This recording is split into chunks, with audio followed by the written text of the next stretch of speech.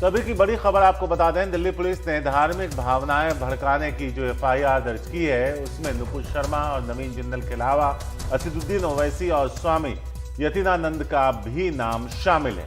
कुल 9 लोगों पर यह एफआईआर की गई है और इन पर अलग अलग धर्म के खिलाफ अशोभनीय टिप्पणी कर माहौल खराब करने का आरोप है।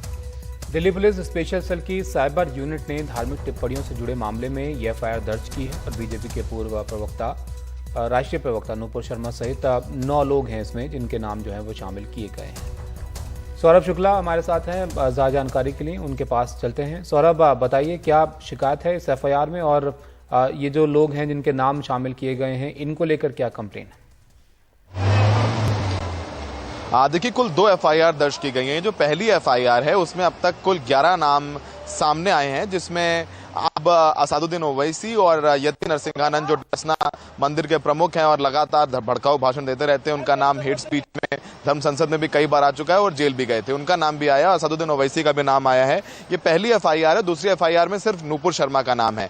जो पहली एफआईआर इसमें असदुद्दीन ओवैसी, नवीन जिंदल, शादाब चौहान जो पीस पार्टी के स्पोक्स पर्सन हैं उनका नाम है, शबा नकवी का नाम है जो वरिष्ठ पत्रकार हैं, शादाब चौहान का जैसा हमने बताया, एक मुफ्ती नदीम है जिसने भड़काऊ भाषण दिया राजस्थान में, उसका नाम है। तो कुल 11 लोगों के नाम सामने आए हैं। इन पर 3 धाराओं के तहत मुकदमा दर्ज किया गया है। 153, 295 और 505। 153 धारा लगाई गई है कि इनके दंगा कराने की मंशा के साथ इन्होंने भड़काऊ भाषण दिए हैं। इसके अलावा 295 यानी अपने भाषणों के जरिए इन्होंने धार्मिक भावनाएं आहत की हैं और 505 इन्होंने जो भड़काऊ भाषण दिए और उसका प्रचार प्रसार किया और जिससे कि जो सांप्रदायिक भावनाएं आहत हुई हैं। 3 धाराएं लगाई गई हैं, 153, 295 और 505। तीनों भड़काऊ भाषण जुड़ी हुई धाराएं हैं जिससे समाज में माहौल खराब हुआ है, क्या धार्मिक भावनाएं आहत हुई हैं और दंगे होने की संभावनाएं, तीनों धाराएं लगाई गई हैं। और अब इसके अलावा ट्विटर, फेसबुक और जिन प्लेटफॉर्म्स पे ये भाषण या ट्वीट किए गए हैं उन्हें दिल्ली पुलिस ने नोटिस देकर के और जानकारी मांगी। तो अब कुल 11 नाम सामने आ गए हैं। नवीन जिंदल का नाम भी है, उनको बीजेपी ने हटा दिया था, तो उनका नाम है, शादाब चौहान का नाम है, मुफ्ती नदीम का नाम है, असदुद्दीन ओवैसी का नाम है, यति नरसिंहानंद का नाम है, पूजा शकुम पांडे का नाम है। तो इसमें दोनों धर्मों को लोगों का है। लेकिन सबसे बड़ा सवाल यह है कि अभी तक नुपुर शर्मा की गिरफ्तारी क्यों नहीं हुई है, उस पर भी लेकर के सवाल उठ रहे हैं। तो फिलहाल दिल्ली पुलिस की हेडक्वार्टर में एक मीटिंग चल रही है इसी विषय में और हो सकता है लगभग 12:30 बजे के बाद दिल्ली पुलिस की तरफ से कोई आधिकारिक औपचारिक बयान आए कि कितने लोग इसमें नामित हैं। अब तक 11 लोगों के नाम शामिल हुए हैं, जिसमें 4 नाम जो बड़े नाम है, फिर से बता दें दर्शकों के, असदुद्दीन ओवैसी का नाम है, यति नरसिंहानंद का नाम है, नवीन जिंदल जो बीजेपी के स्पोक्स पर्सन थे उनका नाम है, शबा नकवी का नाम है, शादाब चौहान जो पीस पार्टी के हैं उनका नाम है। कुछ प्रमुख नाम है। कुल 11 लोगों के खिलाफ एफआईआर हुई है। जय शारिक। सौरभ, कई सवाल यहाँ पे ये भी उठता है कि जो बाकी लोगों के खिलाफ एफआईआर अभी की गई, नुपुर शर्मा और नवीन जिंदल के साथ, ये पहले क्यों नहीं की गई अगर इन्होंने कोई ऐसा काम किया? और दूसरा सवाल यहां से यह भी जुड़ा हुआ था, क्या दिल्ली पुलिस एक बैलेंस एक्ट कर रही है कि इतने नाम डालो कि बाद में एक पे कार्रवाई करने या 2 पे जो कार्रवाई करने का दबाव बन रहा है वो थोड़ा कम हो जाए तो बीच से निकलने का रास्ता मिल जाए?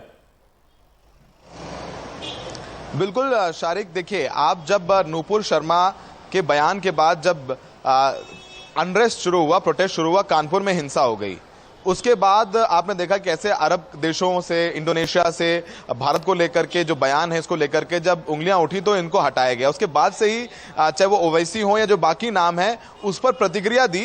जाहिर सी बात है प्रतिक्रिया दी, लेकिन प्रतिक्रिया भी एक सीमा में होनी चाहिए थी। लेकिन जैसे असदुद्दीन ओवैसी का नाम आना और उसी श्रेणी में रख देना असदुद्दीन ओवैसी को जिसमें यति नरसिंहानंद है, तो इस पर सवाल उठेंगे कि नहीं, देखिए दिल्ली पुलिस कहेगी अगर हमने नुपुर शर्मा के खिलाफ मुकदमा किया है तो हमने ओवैसी के खिलाफ भी किया है। तो कहीं ना कहीं बैलेंसिंग एक्ट जरूर है। लेकिन सबसे बड़ा सवाल यह उठता है कि नुपुर शर्मा ने एक नेशनल टेलीविजन पर आकर के ये बयान दिया, उसके बाद में बहुत सारी प्रतिक्रियाएं हुई, तो नुपुर शर्मा की गिरफ्तारी क्यों नहीं? तो कहीं ना कहीं बैलेंसिंग एक्ट जरूर है। लेकिन अब सवाल दिल्ली पुलिस पर भी उठ रहे हैं कि इतनी देरी क्यों कर दी गई? अगर आप पहले ही कार्रवाई करते तो कानपुर में हिंसा नहीं होती। लेकिन आप पर सवाल उठाया तो आपने कार्रवाई की है और अब आप जाके एफआईआर कर रहे हैं, कल एफआईआर की है। तो और उसमें भी अब तक कोई कार्रवाई नहीं हुई है, अभी नोटिस दिए गए सोशल मीडिया को। तो कहीं ना कहीं बाकी लोगों पर भी एफआईआर दर्ज करके दिखाने की कोशिश है कि देखिए अगर बीजेपी के लोग अपने लोगों के खिलाफ, चूंकि जो दिल्ली पुलिस सीधे होम मिनिस्ट्री के अंडर है, अमित शाह के अंडर है, तो वो एक सवाल उठना लाजमी है। तो फिलहाल 11 लोगों के खिलाफ नाम सामने आए, जिसमें ओवैसी का नाम भी है, यति का नाम भी है, पूजा शगुन पांडे का नाम भी है। ऐसे तमाम दूसरे नाम है जिन्होंने मीडिया के जरिए पुलिस के मुताबिक भड़काऊ भाषण दिए हैं, जिससे सामाजिक और धार्मिक सौहार्द खराब हुआ है। शुक्रिया सौरभ इस खबर को डिटेल में हम तक लाने के लिए। अब आगे बढ़ते हैं और अगली खबर का रुख जो है वो करते हैं, लेकिन अब ये जो मुद्दा है ये अब बड़ा होता हुआ यहाँ पर दिख रहा है शारिक। जिस तरीके से इन बयानों को लेकर हंगामा हुआ, उसके बाद अब ये एफआईआर यहाँ पर की गई है और देखना होगा कि क्या कार्रवाई इसमें आगे चलकर वो होती है।